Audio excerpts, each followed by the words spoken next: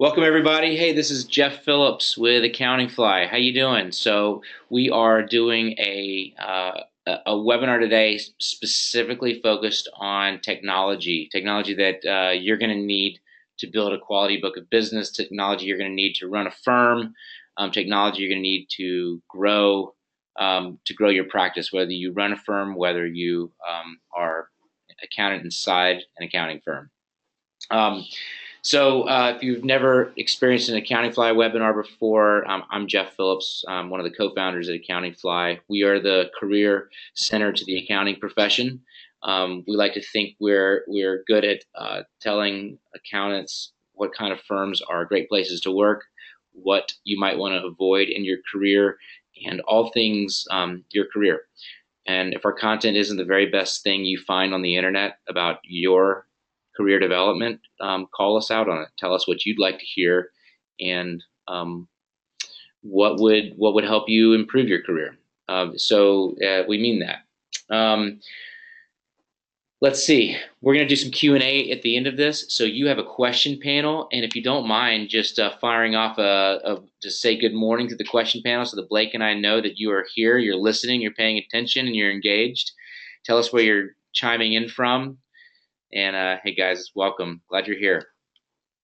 All right, so what are the latest technology tools necessary in building a thriving practice in 2016? Literally no one probably has a better opinion or grasp of that than Blake. Blake Oliver has built a cloud accounting practice. You can check out our presentation. There are no slides today.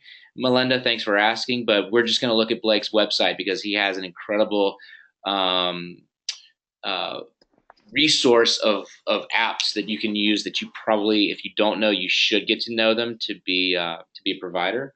So we're going to let Blake teach us how to get the right tools to start growing your practice faster than ever before.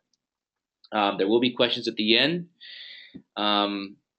Blake, fairly casual environment today. I see you're drinking your coffee because, of course, you're in Los Angeles. I'm like at lunchtime here in Florida, and so I wish I was eating a sandwich while you're drinking your coffee, but that ain't gonna happen. I think you should. You should have a sandwich. It'll be fine. Hey, before we get going, I was gonna read sort of a formal intro, but I think it'd be great if you told the audience a little bit about your background, how you got started, how you ended up at HPC, and we'll go from there. Awesome. Well, since we're just looking at websites today, would you mind pulling up cloudsourcedaccounting.com? Because that's the origin story for me. There we go. So my background is that I am not a CPA. I am a career changer, and my education is actually in music. So I majored in cello performance in college, and I was very serious about doing that. Somehow I ended up in bookkeeping. I was working at a music store, and somebody handed me the QuickBooks file. I was managing this music store, and then I was working at a tutoring company, and the bookkeeper quit in the busy season, and so I talked my way into that job. And that was, I don't know, 6, 7 years ago. And ever since then, I was the guy who knew how to do the bookkeeping and the accounting. And so eventually I decided to go back to school for accounting. And while I was in school, getting ready to sit for the CPA exam, I started this company called Cloudsourced Accounting, which was an online bookkeeping company. And we still have the website online, so you can go check it out if you want. We were one of the first Xero partners in the US on the bookkeeping side. So when I started, it was just myself and a guy in New York doing it.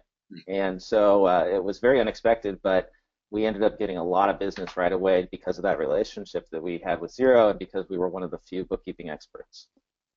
So I did that. We were totally virtual. We got to a point where we had 12 people on staff, and then last year we merged with HPC. We were acquired and joined HPC, which used to be called Harshman Phillips and Company. And if you haven't seen them, check out the webinars with Bruce Phillips, CEO, on Accounting Fly. They're awesome, and you can learn more about HPC. But maybe we can put up that website too, Yeah. Jeff, if you don't mind. People can go check that out. You got it. So now I head up marketing for HPC. We're a full service, cloud-based, accounting, tax, advisory service firm. And you know, it's sort of a combination of the technology that I brought from Cloudsourced Accounting, although Bruce really was already in the cloud. We made it better, and his experience, which is 23 plus years of experience, and his very experienced team, which I didn't have at Cloudsourced Accounting. So that's sort of the short story about HPC. It is 25 staff. I think we're in 12 states now, totally virtual. Everyone works from home. I'm sitting here in Los Angeles in my home office. So it's pretty cool work environment. And yeah, that's pretty much it about HPC. And you have carved a niche out for yourself as being somebody who advises accountants on technology that they need to use. I mean, if you check out your website, you have put a ton of knowledge about the latest and greatest technology. I mean, we're going to talk about technology, but how did that come to pass, where you've sort of built this, advice column, if you will, for yourself? Yeah, so I was doing all of this research, and this page right here is called Recommended Apps for Accountants and Bookkeepers. It's available on my website. You can see the URL right there, and you're welcome to, everyone watching is welcome to use this as a resource. I was doing all this research about applications for my clients, and I built up this knowledge, and I realized that it's one of the biggest challenges for accountants is staying up with the technology, because many accountants are experts at the compliance aspect, but the technology aspect just is foreign to them. If you can do both, then you can be so much more effective, because you can solve a lot of problems for your clients proactively. So I thought, well, let's put it out there, and the response has been amazing. So people really like this, and I'm a tech geek. I'm a tech guy who happens to know enough about accounting to get by as an accountant. So I thought I would share it. Yeah, I think it's an incredible resource. One of the, you mentioned terms like a virtual firm, and I know that that's very comfortable for you to talk about, but we have found that a lot of the folks who are on Accounting Fly were not aware that there are firms that are even completely virtual. So, your firm, Cloudsourced Accounting, was all virtual. Now HPC is, but will you define that for us? What exactly do you mean? Yeah, it means that a year ago, a little over a year ago, Bruce Phillips, CEO at HPC, closed the office and shut it down in Atlanta, and sublet it. And everyone works from home. We use cloud-based project management tools. We have no servers. Everything is software as a service. We use Xero for accounting. We use dozens of the add-ons in the add-on quote-unquote ecosystem to serve the clients. It's one thing that's really nice about that is that we're not liable for hosting data for clients. We don't have to worry about server security. Right. We use Zoom for video chat. That's like GoToMeeting. It's like Skype. We use Slack for chat communications. Sometimes we actually call each other on the phone as well. But yeah, you realize, I'm sure many of you who are in traditional offices realize that you don't have to go to your office anymore to do your job. And I think a lot of firms are starting to realize that they can go to a hybrid model where people only work in the office like a few days a week, or they can go completely virtual and save a ton of overhead. And we found that it does present unique challenges in terms of recruiting people who are comfortable working from home and able to be working without somebody looking over their shoulder. So that's a challenge, right? You have to get used to that. But if you're the kind of person that is really intrinsically motivated and able to work on their own and wants a lot of independence, then you will love the virtual work environment, I think. That's really cool. I mean, yeah. The response of Accounting Fly job seekers to learning about HPC has been pretty remarkable, I would say. What's one thing that you enjoy about working from home and not having a commute into an office every single day. I think everyone who has kids will instantly appreciate having more time with your family. So I have a 14-month-old son, Hmm. and because I work from home, I was able to be a huge part of his his first year. Where if I were commuting downtown to LA, to work at a firm, then I'd miss him in the mornings and in the evenings, right? So I have many friends who work in finance that they only see their children on the weekends. Yeah. Um, so for me, that was unexpected. I didn't know what it was going to be like being a dad, and this is one thing I'm really grateful for. Hmm. So you want to spend. It doesn't mean that you're not going to work the same hours that you were working before, but you get to have dinner with your family, and then you can clock in at night, and you can put in your hours. I think the key to remember is that it's not like you're going to be slacking off. It's just you have more control over when you work. Right. You probably will end up working more. You just have an environment where you get to work where you want to work and when you want to work. And studies show that people actually work more when they're at home Yeah. because they feel more motivated. And I mean, we're trying to get away from counting hours and all that stuff anyway. Right. But like when people ask me, I actually say that is if I'm happy with what I'm doing, then I want to get on the computer after dinner. I've put my kid to bed and I want to get online and I want to start writing that next blog post for HBC, or I want to start planning the next webinar because I do the marketing. So um, it's work-life balance, I think, is something that if you really enjoy your job, you don't even need that. It's just a term that I've heard people use is work-life integration, Hmm. where your work is your life, and some people think that's crazy, and it's why would you ever want that? But I think it works, and we're just being honest about the way things are going for professionals. I would say that, and the reason why we're even having this conversation, I think, is that it is heading in that direction. More and more firms, well, we have a saying in Accounting Fly that the race for talent is over and the talent has won. And that means that a lot of talent want more work-life blend. They want the more flexibility. What's amazing is there's a ton of technology that allows that to happen, whether you're a solo Yep. practitioner, whether you're inside a firm. So let's go there. We want to talk about, Let's get to the apps. yeah, let's get to the app. So, and if you're in the audience, you're attending live, please ask questions or give feedback on anything we're talking about. But Blake, let's just get started, and can you kind of give us a lay of the land of some of the hottest apps out there, for firms and people who work inside firms? Sure, sure. So let's go ahead and please scroll down to where the apps start, and we can kind of just go through some of these below that table of contents there. Great. So, on this list, I've got, on the left side, I've got apps for your firm. So those are apps that really benefit your firm in terms of practice management or making things more efficient. Okay. And then on the right side, we've got apps for the clients. So apps to do the client accounting. So I start with Xero. We're a 100% Xero firm. I don't have anything against QuickBooks Online.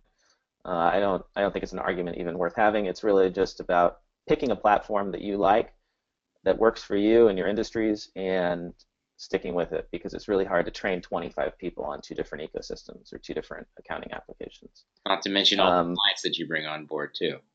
exactly, and it's like both Intuit and Xero are great and getting better at helping us, get clients, because we're software vendors essentially, or resellers, if you want to say that. I, So. I don't know if Uh, the audience who are watching or who watch this on video later are familiar with Zero, but you talk about why you chose Zero, but in your blog, which is excellent. But like, just in your own words now, what is Zero and why is it useful to you?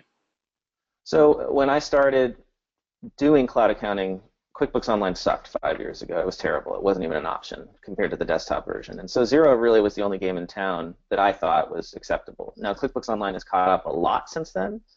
I still like Xero in terms of the accountant's dashboard, in terms of being able to access and delegate access to files and certain tools they have. I just think they're more product focused. So I believe in them long term. the other thing that they did that was really unique is they had the open API from the beginning. Hmm. So this whole ecosystem of apps, basically just add-ons that you can integrate with Zero, have cropped up, and there's 500 of them now. And for somebody who does technology consulting like myself, it's a huge opportunity to do implementation, software implementation for clients who want to improve processes and stuff like that. And that's a huge part of what we do at HPC, is setting up all those applications and improving back office processes. That's the big value add. So there's a bunch of reasons. You can go ahead and, gosh, I wonder if I have the blog post on here about why I like Zero. So there's some multi-currency stuff. We do a lot of business with global clients who are in, say, Australia and in the US with a subsidiary. And the multi-currency in Zero is really good because it started in New Zealand. They had to have really good multi-currency. So for that, for instance, there's just no compare. We can do consolidations really easily using a tool like Spotlight. It allows us to do instant consolidations, which is great for those kind of companies. So those are a few that are great, and they're great at working the partner channel, meaning that like we promote Zero and they help promote HPC as experts in Zero. Right. They're good to us that way. And that's where I see you're a platinum partner. So it sounds like that's some kind of status that you reach when you get a certain client size with Zero. Yeah, yeah. It used to be 500 clients. I think they've expanded the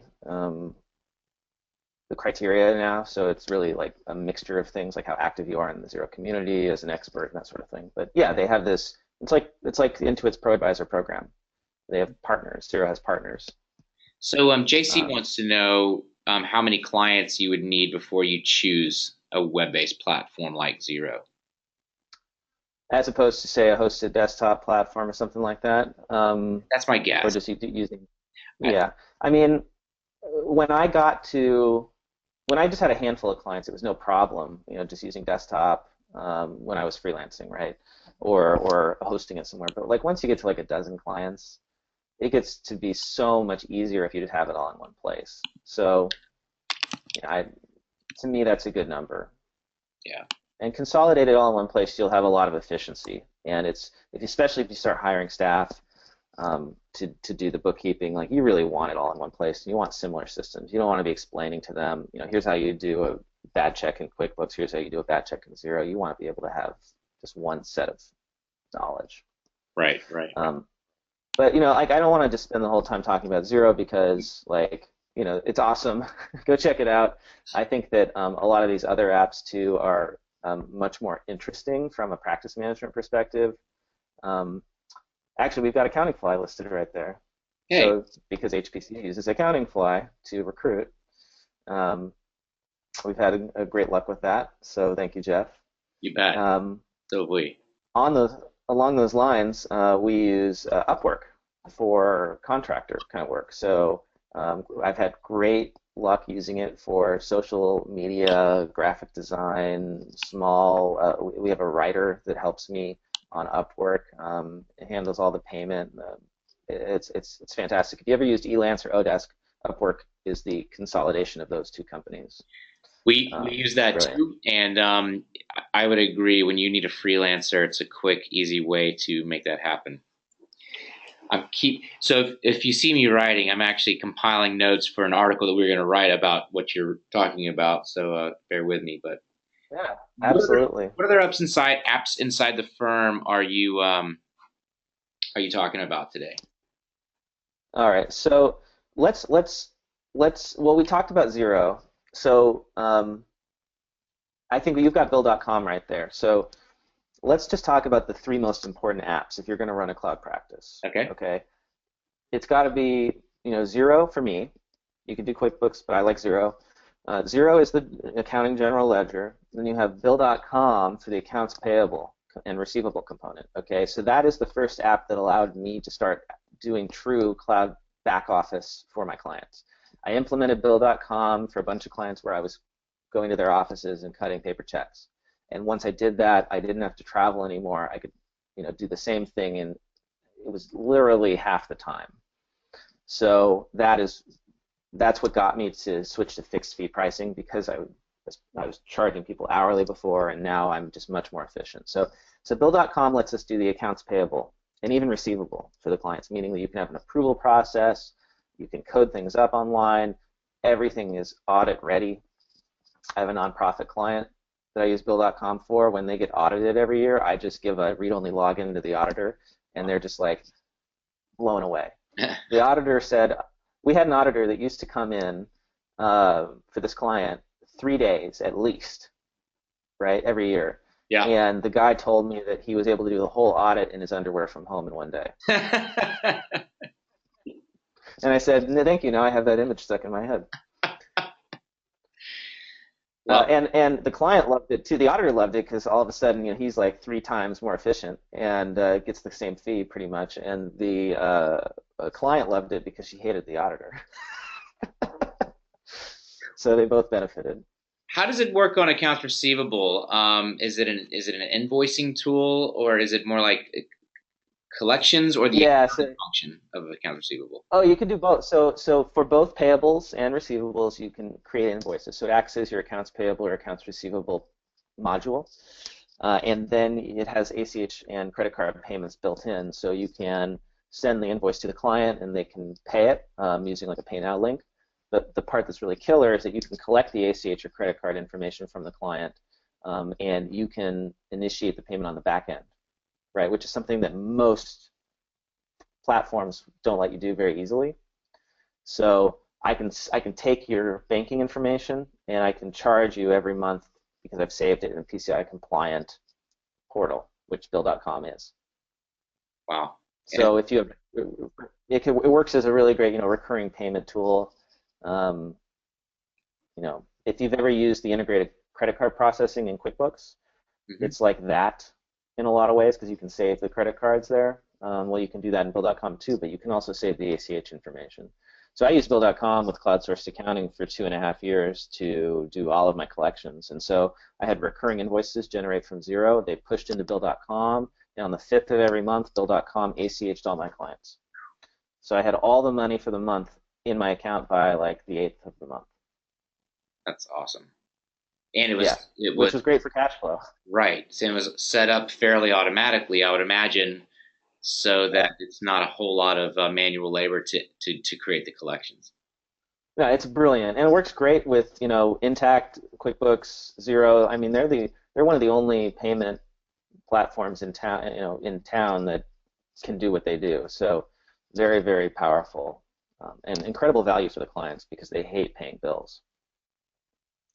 The other one I will direct you to, so we have Xero, we have Bill.com. The third important app is you got to have a payroll processor because you need to be able to run payroll for your clients if you want to be a back office solution for them. And you can use any payroll provider, but if they're asking you for suggestions, I always had a great experience with Gusto, which used to be called Zen Payroll. So if you go ahead and scroll down all the way to P, we should be able to see it. There we go. Payroll. Gusto. Yeah. So Gusto used to be called Zen Payroll. It is sort of it's a do-it-yourself payroll platform. So we have clients that have set themselves up on it and run it, but it's very easy for us to set them up and run it for them. And one thing that's really nice about it from an outsourced accounting perspective is that many of these payroll platforms require you to log in and click file this return and click pay these taxes every time. And what inevitably happens as you get more and more clients is you forget to do it once, and then all of a sudden your client has a $2,000 penalty and you're on the hook for it. That really, really sucks. Gusto is automatic. So you never have to go in and click file this form. It will do it automatically for you on time. And same thing with the payroll taxes. So when you're building an outsourced accounting practice, it's a huge, risk reducer. ADP, Paychex will do that as well, but they're a ton more expensive. So this is sort of a hybrid, in my opinion, right? It's self-service, but less self-service than, say, Intuit Payroll, or at least the payroll that I'm used to, which is in QuickBooks Online. And Xero Payroll as well is very manual, right? You have to click file this form every time. And if you don't, it doesn't get filed. So that's one of the reasons I like Gusto. You can also set it up on to be completely automatic. So if all the employees are salaried, you can just set up a payroll that automatically runs every 2 weeks or every, bi-monthly or whatever it needs to be. So you don't ever have to touch it in that case unless somebody needs to change. So yeah, for most clients, I think it's great. It's a great way to build that aspect of your practice. And they just expanded into workers' compensation and employee health benefits in California.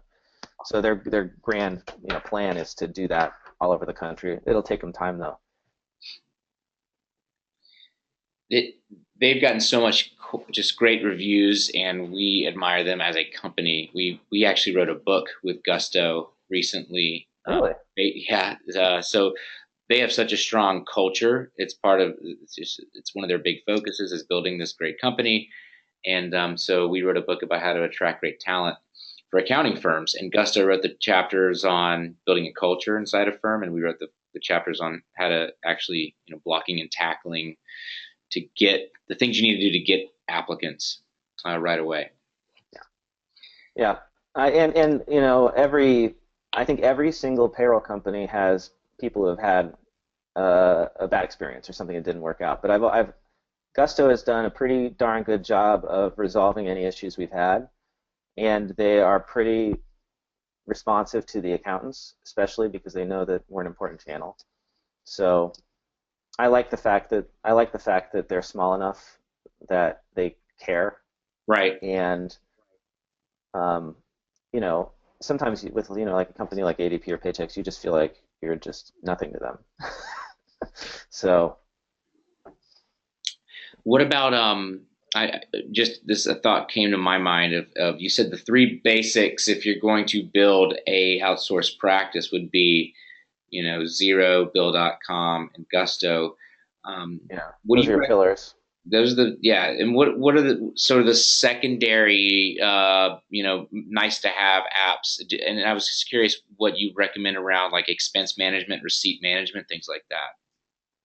Yeah, so for expense reports, this is really important, very, very valuable service that you can offer to clients who do a lot of expense reimbursements. So go ahead and go up to E, Okay. and we'll take a look at that. Our favorite at HPC is Expensify. It is the most customizable, robust. I love their mobile app. So there it is. Sorry, it was expense reimbursements. We went too far. There we go. Yeah, Expensify is huge, and setting it up, it works for small businesses. It also works for the enterprise. So it's a really neat service to be able to offer for consultants, virtual firms that do a lot of expenses that need to be reimbursed. And I tell the story here in this article about a friend of mine who worked for Forbes Travel Guide, and I got him on Expensify, and that caused the entire company to switch to Expensify. So wow, it's just it cuts the time to do expense reports just dramatically. It'll also handle the ACH reimbursements. So if you work with professional services firms that do consulting like IT consulting or business management consulting, they're going to have a lot of expenses and need to get reimbursed. Anyone with lots of traveling salespeople, get them on Expensify. Set up workflows for them. It's a huge, valuable thing, and you can even have recurring revenue for your firm by being the, making that part of your job is reviewing the expense reports and, doing that for the owner. One of the ways that I wasn't expecting this conversation to go was really you're providing a blueprint if somebody wanted to build an outsourced firm, which you've done, and now an HPC has as well. So this kind of to me is the headline of our conversation. This is really insightful. It's basically the tools are all out there. It's all off-the-shelf software. It's just learn how to use it, learn how to deploy it for your clients, and you can be their outsourced accounting department. And anyone can do this.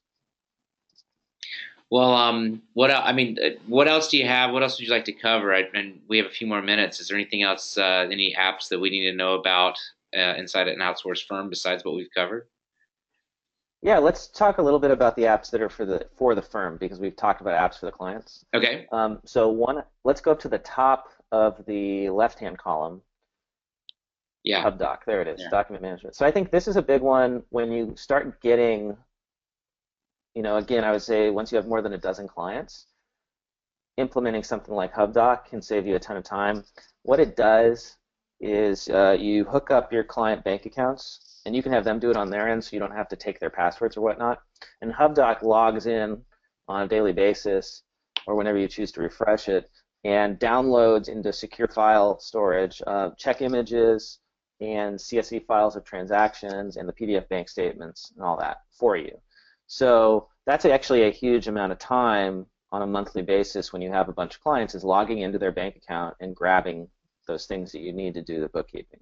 So for what it costs, I think HubDoc's a great tool to start implementing, especially if you have clients that are still writing a lot of checks, which unfortunately a ton of clients still have checkbooks and they write checks. And you've got to code them, and it's really hard to get that information. Interesting. Um, that's definitely one I would consider taking a look at. And then let's go ahead and scroll down and see if Yeah. there's anything else I want to highlight here. We talked about Accounting Fly, got to use Accounting Fly. We talked about Upwork, You know what? graphic design. Sorry, go ahead. I wanted to ask you. Actually, we had a question come in and ask you to. I guess somebody saw Mailchimp as one of yours. That's something we use for our list management. But I know we're talking about accounting products, but talk about your use of Mailchimp because I know you're in the marketing side and why you like Mailchimp. I'm so glad you brought that up because if you are, building your own practice or you're expanding an existing practice and you're going to do marketing for it, the number one way to increase your sales and do better marketing is to do email marketing. It has the highest return on investment of anything you can do. And really, where accountants are dropping the ball is they're not sending email newsletters to their clients. And so clients don't know that they provide a bunch of services, and clients are going elsewhere for those services. So one way that you can really, do a better job is to tell your clients what you're up to. Tell your clients, look, here's this new application that we found that can cut your time in half to do accounts payable. Talk to us about implementing it. So you don't have to go out and get a bunch of new clients if you can offer more services to your existing ones. So that's where Mailchimp comes in. Makes it really easy to create an email list. Well, I wouldn't say really easy. It does take quite a bit of learning, but there's lots of people you can find on Upwork that will help you set up a Mailchimp account. And I use it for my mailing list. I love it. It's fun. It's free for up to how many subscribers? Quite a few, like 2,000, I think. Yeah. So you can use it for free. And most of us are never going to have more than 2,000 subscribers because we're accountants. So. How frequently do you email clients, and whether that's in a newsletter or whatever you? Let me backtrack. How often would you recommend an outsourced accountant would email clients like So it's a good question. A lot of people think, well, if I email my clients more than once a month, I'm going to annoy them. that? But you won't annoy them if you're very targeted and if it's useful information. So the key is to create lists that are segmented. So you need to know your clients and you need to know what industries they're in and segment your mailing list by those industries. And then you can send out targeted content. And you're not going to annoy them if it's relevant to them, right? They'll archive it if they don't want to read it, but they're not going to unsubscribe as long as it's relevant. There is no rule of thumb, but I certainly think that you could be emailing your clients on a weekly basis and not annoy them. I mean, just think about how many emails that you get and think about which ones you stay subscribed to. I'm sure there are many that email you even on a daily basis that you don't mind getting because they're good. Right. So it's all about creating that relevant content and not spamming your people. The one thing I would say is that please don't create that like traditional monthly newsletter where it like looks like an actual physical printed newsletter because those type of templates are not mobile responsive. So when people look at them on their phone, it's like tiny little text and they have to like pinch and zoom to see what you're saying. and this just don't get read. The best thing is to send out an email with like one thing that you want to talk about, Yes. and it doesn't have to be fancy. It can just look like a normal email, right? You can just use a plain template with no graphics or anything, and just talk about what you want to talk about, and put a link in there if you want to like link to you know a site where or a form where they can sign up for something. It's funny. You think So that that's my 2 cents on email. I echo that. You'd think that you need to put a lot of graphics and make it pretty when you do an email. Over the years, we've gotten less and less dependent on design and just spending more time thinking about what's important to the people we're sending that to. A lot of our emails are simply just text, and we have a Yeah. world class design leader on our team. So And you want the client to feel like, when you write that email, that it's really for them, right? You may be sending it out to 20 of your clients in the industry, but you can use um, what do you call it? Customization tokens, so that it says, hi, first name, right? So if I'm emailing a bunch of people, it's hi Jeff, and then I just talk like they're my client, yeah, and that's a great way to stay in touch with your clients. You're going to reduce your churn, which is the clients leaving you. They're going to sign up for additional services. You don't have to go out and get new clients, which is very expensive. And it's amazing to me how few small firms and even mid-sized firms are doing this. They don't really even know who their clients are. So that's something that we try to do. So at HPC we don't use Mailchimp. We use something else. We use HubSpot, which is overkill for most firms, but it allows us to segment our customers by persona. So that's their industry, and we can send at a moment's notice. I can send an email to all of our e-commerce clients about the latest sales tax update. They love that. It's a great way to create value and show your expertise. what about when you have gotten a customer or a lead, through all your marketing efforts to the point where they're ready for a proposal? How do you manage proposals, invoices, contracts, things like that? And what I'm hoping you're going to tell us about is something that offers like a nice e-signature. You don't have to print any Yep. option. So I've got a couple options. That would be under sales, I think, on this list. Let's see. Yeah, there we go. Yep. So I like PandaDoc and I like Practice Ignition. PandaDoc is the new version. It's the same people who created Quote Roller, which was a popular tool in the Xero ecosystem. PandaDoc is sort of a new effort, really great for documents. You can create customized proposals with pricing tables, all that great stuff. You can get electronic signatures. Great way to get started. Practice Ignition is more robust. It is designed to be more of almost a CRM, and will manage the engagements for your clients. So, as you get more clients, I recommend something like Practice Ignition. I think it's amazing. It's a great way to manage all of your proposals, and you can even do payments with Practice Ignition now. Oh, So you can, yeah. So for I think $1 per payment, you can have Practice Ignition ACH the client every month, and it's all tied to the engagement letter and the service agreement. So if something changes, you just go into Practice Ignition. You say a client wants this additional service. It kicks out an email to them. They click approve. That's their digital signature. It updates all of the invoicing and all of the payments. So really great when you scale up. that's awesome. So On Panadoc, which I feel like would be up the alley, a lot of people who are watching this.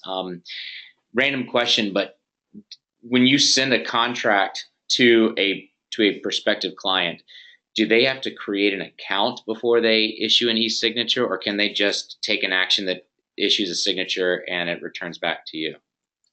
yeah, that's the beauty of it. With both of these, there's no account creation required. Cool. It's the email. The email address is the verification method, which apparently, according to the law, is okay.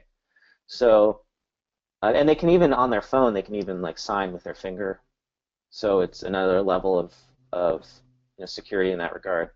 Um, but yeah, you get an e-signature certificate that says the client at this IP address signed using this email address.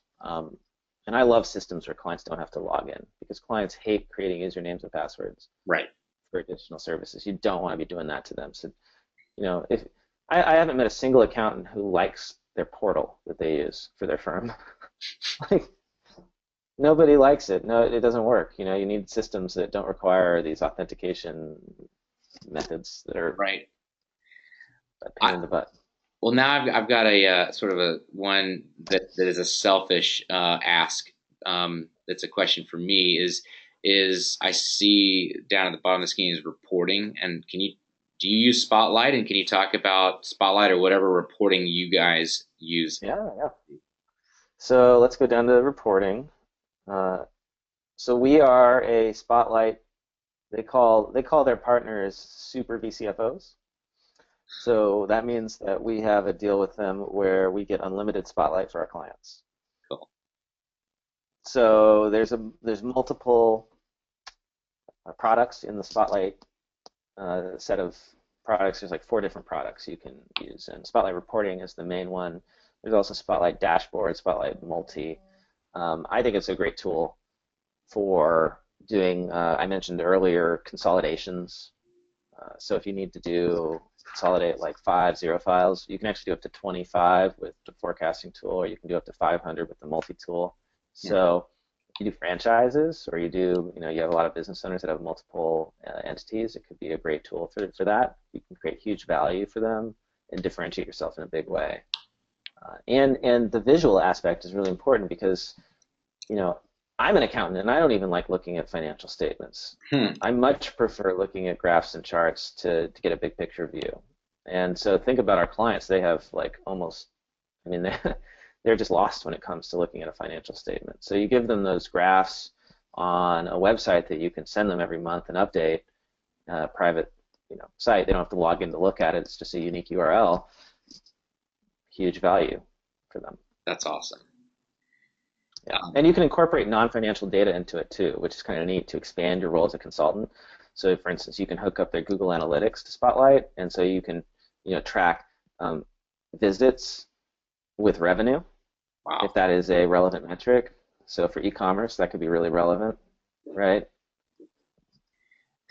So I run an e-commerce company, and I'm asking that question as a accounting client because I've heard other people talk about the product and your role, your guys' relationship with it. So hopefully that's helpful to all the outsourced accounting folks who are watching this. But that one was a question for me.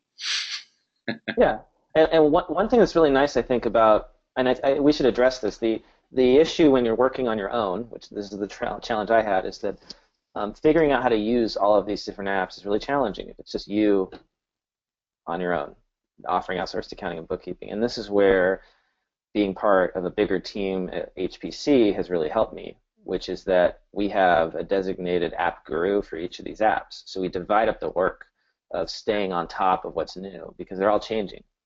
Every quarter they come out with new features, right? So I have my assigned, applications that I am the master of, and I keep everyone updated on the changes. And I think that's where, you could, these days, you can do almost everything yourself, but being part of a team, you gain efficiencies and knowledge. I love how you guys are assigning essentially project managers to each one of these apps because your team then is a team of experts on the best applications. Yeah, and then everyone knows who to go to for a question about an app. If it's Spotlight reporting, they go to Jen. She knows that because she's one of our VCFOs. It really helps. So Blake, I want to offer I want to make sure people know how to get in touch with you. Do you have on your site some social connections anywhere? Yeah, so in the upper right of the screen, you can go ahead and scroll up there. All of my social icons are up there: Facebook, LinkedIn, Twitter, Medium. Those little circle icons. And I love to connect with people on LinkedIn and Twitter in particular. That's great. If you click on the little hamburger in the upper left, then my subscribe form is there. Cool. You can subscribe. I will send you new blog posts you can specify. I've been experimenting with this thing in Mailchimp where you can specify how frequently you want to get those. So you can get them every day if I post one, or every week, or monthly, or never. Um, That's cool. and basically, if you subscribe to that list, I'll send you my blog posts if you want them, and also just content that is relevant to cloud accountants everywhere. So, and the homepage is my blog. I know that as people watch this, if they haven't met you before, Blake, they're going to want to connect with you, whether it's on LinkedIn or Twitter, just subscribe to your awesome blog, which I also am a fan of, and appreciate all the content that you put out into the world. That people, it's an authentic voice. It's tested. It's really helpful to us, and we love what you guys are doing. Not just HPC, but you in particular. Oh, thank you. I appreciate that. Well, let's wrap it up. We've covered a ton, and what I'd ask if you're in the audience, as you sign out, drop me an email, jeff@accountingfly.com. What do you think about today, and what could we talk about next time if we were lucky enough to have Blake back on? What would you like to learn? Make sure you connect with Blake on social media, and if you are an accountant looking for a virtual job, you need to check out HPC, and you can find them on our blog. You can find them on Accounting Fly. Anything with Blake or Bruce Phillips, we'll teach you more about HPC. So, Blake, I hope you have a chance to go warm up your coffee because I'm sure it's cold by now. But I really appreciate the time, man. It was my pleasure. Thanks for having me. All right, we'll sign off for now. Talk to you soon, and see you later, everybody. Bye bye. Bye.